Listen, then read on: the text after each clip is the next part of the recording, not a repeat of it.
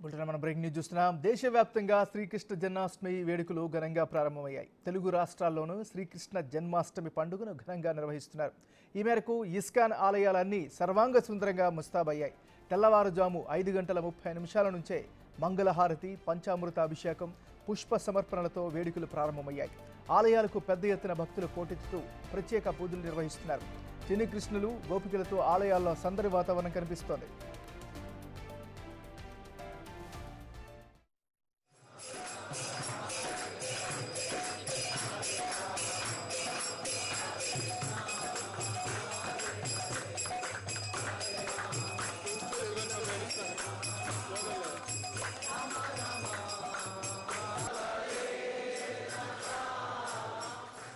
హైదరాబాద్లోని ఇస్కాన్ దేవాలయం వైభవంగా ముస్తాబైంది. శ్రీకృష్ణుడి దర్శనానికి భక్తులు భారీగా తరలి వస్తున్నారు. తిరుపతిలో కూడా జన్మాష్టమి వేడుకలు ఘనంగా జరుగుతున్నాయి.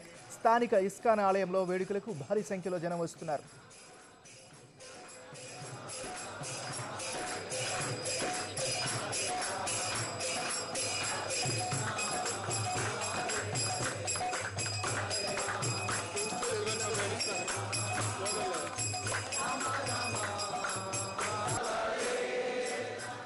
విజయవాడలోని పలు ప్రాంతాల్లో కృష్ణాష్టమి వేడుకలు ఘనంగా జరుగుతున్నాయి. అనంతపురం జిల్లా పుట్టపర్తి ప్రశాంతి నిలయంలో ఉదయం నుంచే పండగ వాతావరణం నెలకొంది.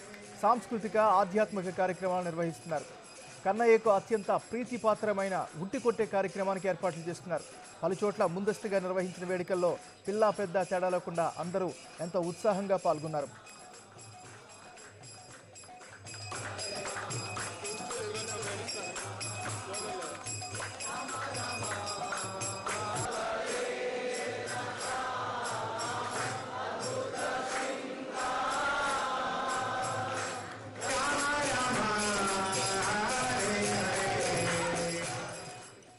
దేశవ్యాప్తంగా శ్రీకృష్ణ జన్మాష్టమి వేడుకలు ఘనంగా ప్రారంభమయ్యాయి. తెలుగు రాష్ట్రాల్లోనూ శ్రీకృష్ణ జన్మాష్టమి పండుగను ఘనంగా చేస్తున్నారు.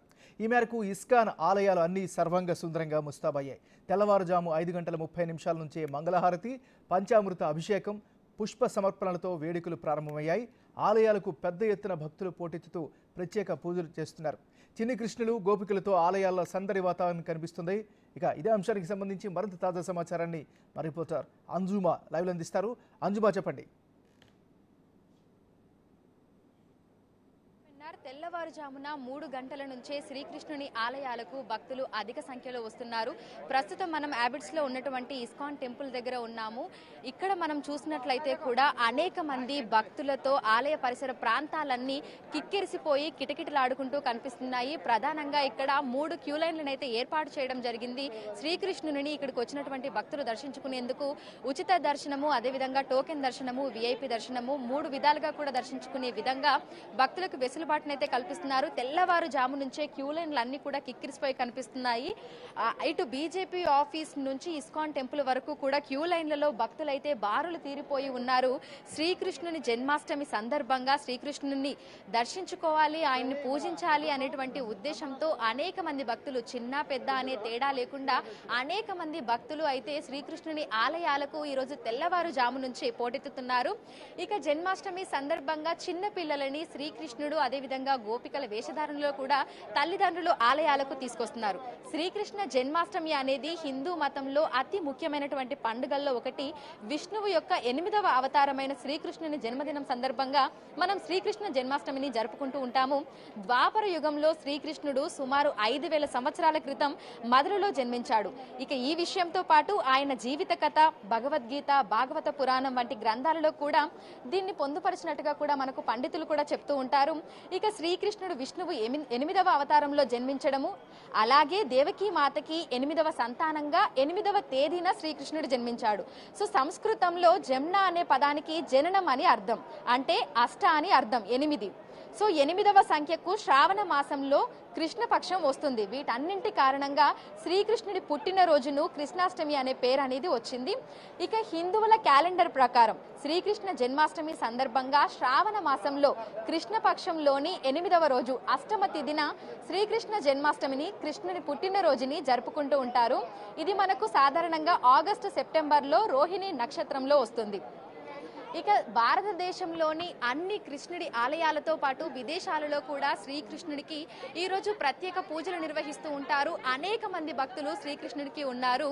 మనకి చిన్ని కృష్ణుడు వెన్నె దొంగగా మాత్రమే కాకుండా ఆయన చిలిపి చేష్టలతో పాటు ఆయన సందేశాలను, ఆయన మార్గదర్శకాలను కూడా అనేక మంది ఫాలో అవుతుంటారు. ఇటీవల కాలంలో మనం చూడొచ్చు, శ్రీకృష్ణుడికి ఆయన సిద్ధాంతాలకు అనేక మంది భక్తులు అంటే ఆయన ఆలయాలకు వెళ్ళడము, ఆయన చెప్పినటువంటి విషయాలను ప్రతి ఒక్కరూ కూడా పాటిస్తూ ఆయనకి భక్తులు అనేక మంది అయితే ఇటు దేశంతో పాటు విదేశాలలో కూడా అనేక మంది ఉన్నారు. ఒక్కసారి మనం క్యూ లైన్లలో చూడొచ్చు, చిన్న పెద్ద అనే తేడా లేకుండా అనేక మంది కృష్ణాష్టమి సందర్భంగా కృష్ణుని పూజించేందుకు, ఆయనని దర్శనం చేసుకునేందుకు అనేక ప్రాంతాల నుంచి కూడా ఇక్కడికి రావడం అయితే జరిగింది. సో ఒకసారి భక్తులతో కూడా మాట్లాడే ప్రయత్నం చేద్దాము. కృష్ణుడు అనగానే మొదటిగా వారికి గుర్తొచ్చేది ఏంటి, కృష్ణుడు పూజించేందుకు ఎక్కడెక్కడి నుంచి వచ్చారు ఏంటి అనేది కూడా. హాయ్, ఎక్కడి నుంచి వచ్చారు? హైదరాబాద్ లో హైటెక్ సిటీ. ఓకే, సో మీకు కృష్ణాష్టమి అంటే కృష్ణుడు అనగానే గుర్తొచ్చేది? ఈ కృష్ణుడు అంటే ఎందుకు అనిపిస్తుంది? అట్లేం లేదు, అందరూ ఇష్టమే. ఓకే, అంటే కృష్ణాష్టమి రోజు మీరు ఇక్కడికి వచ్చారు కదా, సో కృష్ణుడిని చూడడానికి, ఆయన్ని దర్శించుకోవడానికి వచ్చారు కదా, సో ఆయన తలుచుకోగానే ముందుగా గుర్తొచ్చేది? ఏం గుర్తొస్తుంది, దేవుణ్ణి చూస్తే చాలంతే. సో ఆయన్ని చూడడానికి చాలా మంది ఇక్కడికి రావడం జరిగింది. ముఖ్యంగా ఈరోజు మనం చూసినట్లయితే కూడా ప్రధానంగా తెల్లవారుజాము నుంచే ప్రత్యేకమైనటువంటి పూజలు చేస్తున్నారు. అదేవిధంగా శ్రీకృష్ణ జన్మాష్టమి తర్వాత రోజు మనకు ఉట్టి కొట్టే పండుగ ఉంటుంది. అబ్బాయిలందరూ కూడా పిరమిడ్ రూపంలో ఉండి ఉట్టు కొట్టేందుకు కూడా ఎంతో ఆసక్తి చూపిస్తూ ఉంటారు. దీన్ని మనకి దహి హండి అని కూడా పిలుస్తూ ఉంటారు. సో ప్రత్యేకంగా మనం చూసినట్లయితే కూడా జన్మాష్టమిలో అత్యంత ఆసక్తికరంగా మనకు ఈ ఉట్టికొట్టే పండుగ అనేది కూడా కనిపిస్తూ ఉంటుంది. మనకు శ్రీకృష్ణ జన్మాష్టమి తర్వాత రోజు మనకి ఇది ఉంటుంది. సో ఒకసారి మనం విజువల్స్ లో కూడా చూడొచ్చు, అనేక మంది భక్తులు అయితే ఇక్కడికి రావడం జరిగింది. నమస్తే అండి, ఎక్కడి నుంచి వచ్చారు? ఎక్కడి నుంచి? వరంగల్ నుండి. వరంగల్ నుంచి వచ్చారు. ఓకే, మీకు శ్రీకృష్ణ జన్మాష్టమి అనగానే, కృష్ణుడు అనగానే ఏం గుర్తొస్తుంది? అంటే కృష్ణుడు ఆయన చాలా మంది పూజిస్తూ ఉంటారు, ఆయన కొలుస్తూ ఉంటారు. సో మీకు కృష్ణుడు అనగానే ఏం గుర్తొస్తూ ఉంటుంది? ఈ పండుగను మీరు ఏ విధంగా సెలబ్రేట్ చేసుకుంటూ ఉంటారు? మ్యాక్సిమం ఫాస్టింగ్ చేస్తాను, కానీ ఆయన గురించి ఎక్కువ తలుచుకుంటాను. ప్లస్ సర్వీస్ చేస్తాను, బుక్ డిస్ట్రిబ్యూషన్ చేయడానికి ట్రై చేస్తున్నాం ఇప్పుడే. ఈ రోజు ప్రధానంగా మనం చూసుకున్నట్లయితే కూడా ఇటు శ్రీకృష్ణ జన్మాష్టమి సందర్భంగా అనేక మంది ఉపవాసం ఉండటంతో పాటుగా కూడా ప్రత్యేక పూజలు చేయడము, అదే విధంగా ఆయనకు సంబంధించినటువంటి విషయాలను తెలుసుకునేందుకు ఆ గ్రంథాలను కూడా చదువుతున్నట్లుగా కూడా చెప్తున్నారు. సో మొత్తంగా మనం చూసుకున్నట్లయితే కూడా నగరంలో శ్రీకృష్ణ జన్మాష్టమి వేడుకలైతే అంగరంగ వైభవంగా జరుగుతున్నాయి. ఇస్కాన్ ఆలయాలన్నీ కూడా ఎంతో అందంగా ముస్తాబై చిన్ని కృష్ణుని చూసేందుకు వివిధ ప్రాంతాల నుంచి ఇస్కాన్ టెంపుల్స్ కి అయితే భక్తులు క్యూ కడుతున్నారు. ఒకసారి మీరు నా వెనకాల చూస్తున్నట్లయితే కూడా తెల్లవారుజాము నుంచే ఇదే విధంగా క్యూ లైన్లలో బారులు తీరి గంటల తరబడి వేచి ఉండి శ్రీకృష్ణుని దర్శించుకునేందుకు కూడా అనేక మంది భక్తులైతే ఇస్కాన్ టెంపుల్ లకైతే తరలి వస్తున్నారు.